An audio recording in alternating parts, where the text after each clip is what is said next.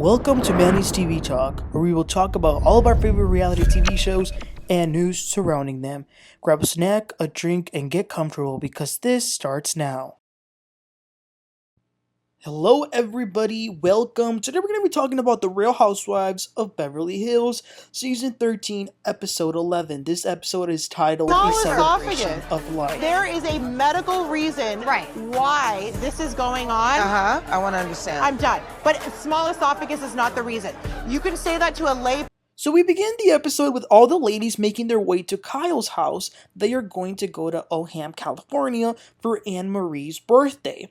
Kyle feels like in all the situations that Annemarie has been in, there's always been drama. So the other women haven't really gotten the opportunity to get to know her. So what better way than to celebrate her birthday, just for this occasion. On their way there, on the way to Kyle's house, Sutton and Garcelle rode together, and Garcelle quickly tells Sutton about her lunch with Dorit. Remember, she called her a Karen. Garcelle says that she's moving past it. Sutton says that in this trip, she arranged some friend, and they're going to do some wine tasting, so that's going to be fun. Erika is not going because she got the virus. Damn, I didn't realize people are still getting that, so she's not going to go. She actually didn't appear the entire episode. They did quickly FaceTime her, though, to tell her to feel better. And then they get on a sprinter. Sprinters always remind me of Salt Lake City for some reason. So, again, this is a celebration for Annemarie. Sutton and her seem cool right now. Sutton shares the news about her date, Steve, which we saw on the last episode. Sutton is very happy. She says that he is fun, he likes karaoke, and he asked for a second date, and everybody else is happy for her.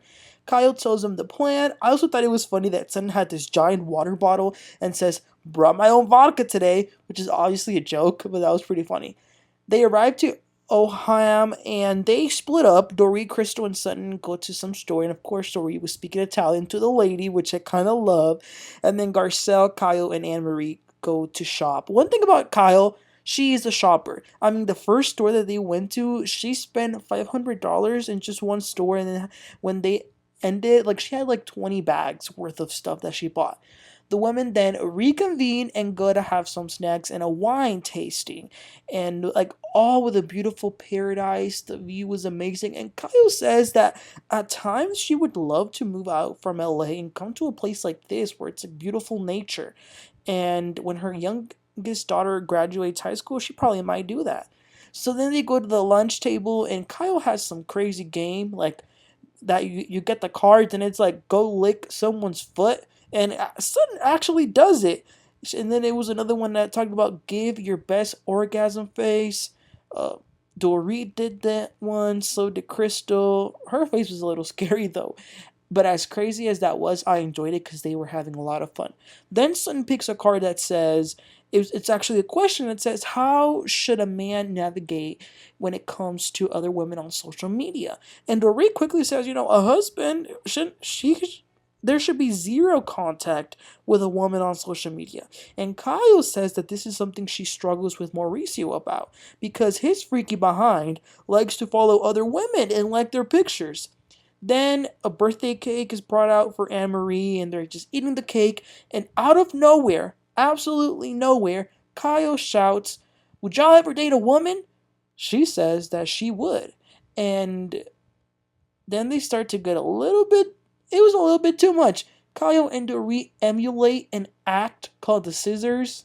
Y'all know what I'm talking about. That was a little bit too much. Sutton also stuck her tongue in Dorit's mouth. But like I said, their faces probably hurt of how much they were laughing. Kyle also says that she will be having an event for her friend who passed, Lorraine. Overall, it was a fun trip, and Annemarie really appreciated that they celebrated her. So it is then another day, they are back in their houses, and we see Garcelle making lasagna. And I love Garcelle in the twin scenes. I know some people are complaining about that, but I like them, it's cool. So Garcelle, like I said, was making some lasagna.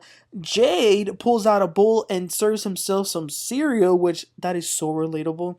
Garcelle tells them that she has realized that they will be leaving home soon. They are just 15, but time passes in the blink of an eye. So she has been thinking about that. What's going to happen when they leave? She's going to be alone. Garcelle also says that she can't believe that Jade asked that asked if Ashlyn could sleep over. Garcelle says no, but they say that she hated. I love how open they are talking to her. Now, Jax is a little too open, but it was a great scene. She talks to them about sex, and of course, they're like, ew, but she doesn't want another grandchild by them anytime soon. Lovely scene. Then the next scene is Dorit and Paul, aka PK. So some therapist comes. PK was eating a pizza, so he was too busy to open the door. So there are some problems. Dory feels really no support from PK. She says she still has PTSD and he is not helping her with that. But PK feels like Dory can bring up things in the wrong time and in the wrong way. For example, when he did that anniversary thing at the hotel, he feels the way she reacted and what she was talking to him about was like a big FU. The therapist explains what PTSD is, and Dorit says, exactly, that's exactly what I'm experiencing. But PK says that some elements he doesn't think are from the PTSD. He just finds them to be annoying. So don't conflate the two, he is basically saying. And that's interesting. It's almost as if PK seems to think that Dorit is high maintenance, which can be a lot. Dorit says that what she wants is to be comforted by her husband, which I get that too. Because he spends a lot of time in London. Like, if you can't spend 5 days out of the week in London and not expect your woman to feel some type of way. I think they both have things that they need to work on for the sake of their marriage. Because, child, this scene right here, we can see that there's problems. But I do think that it's salvageable because PK even cried. So I do think there's hope. But this PTSD stuff, y'all know what? Never mind. I'm gonna leave it alone. I ain't even gonna go there. But then we switch over to Kyle's event. It is the day for the event where she's gonna commemorate her friend who died, Lorraine. So we see everybody getting ready, and of course, the Nat is there, and so is Morgan. Seems like Kyle's fantasy right in that car. But it's pretty nice that Morgan is going to perform when they get to the place. She starts to practice. I'm not familiar with her music, but it sounded good. I like the beat, in the words of Sheree. Kyle goes over her speech, and oh my gosh, there was such like huge sexual tension between Morgan and Kyle. So then the other women start to arrive, and oh my gosh, y'all, I can't. Garcelle enters, right? And Teddy goes, "The Nat is back," and Garcelle's like, "Okay." It was so awkward. She shaded her in her confessional. It was hilarious. All of Kyle's daughters are there as well.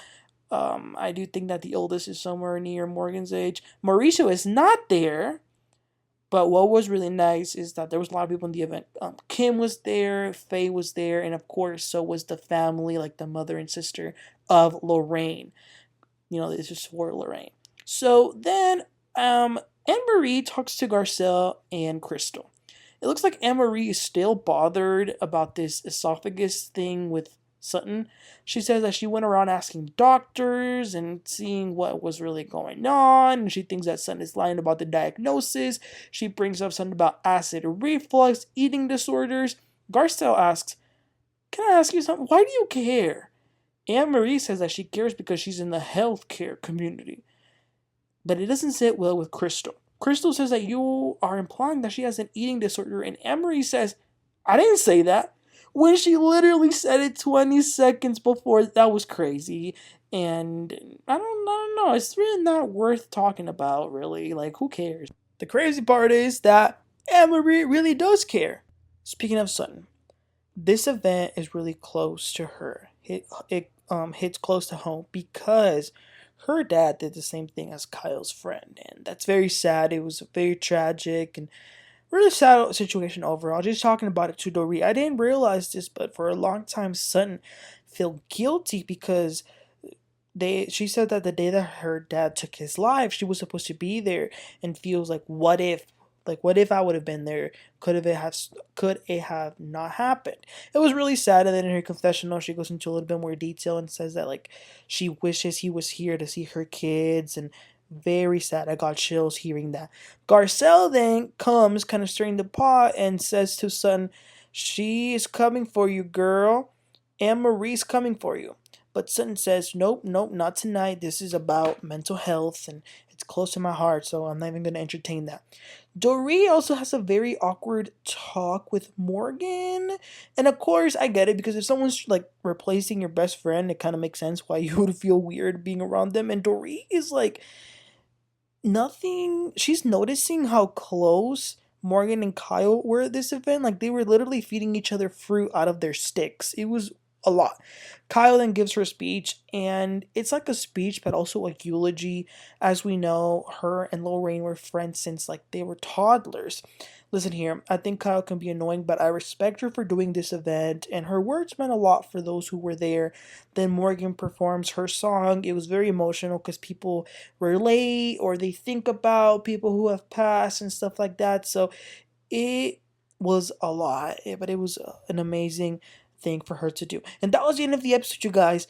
I think, honestly, this is one of the most realist reality TV show episodes I've ever seen. We got some fun, some, in the beginning of the episode with them being in Oham, and then we saw personal stories with Garcelle, with PK and Dorit, and then we saw something so serious towards the end. This was honestly an amazing episode, so I appreciated watching it. But what are your thoughts about the episode? Did you like Kyle's event? What did you think about Annemarie bringing this thing up yet again? And yeah, just let me know your overall comments and thoughts. Please don't forget to like and subscribe, and I'll catch you on next time. You have a great one. Bye.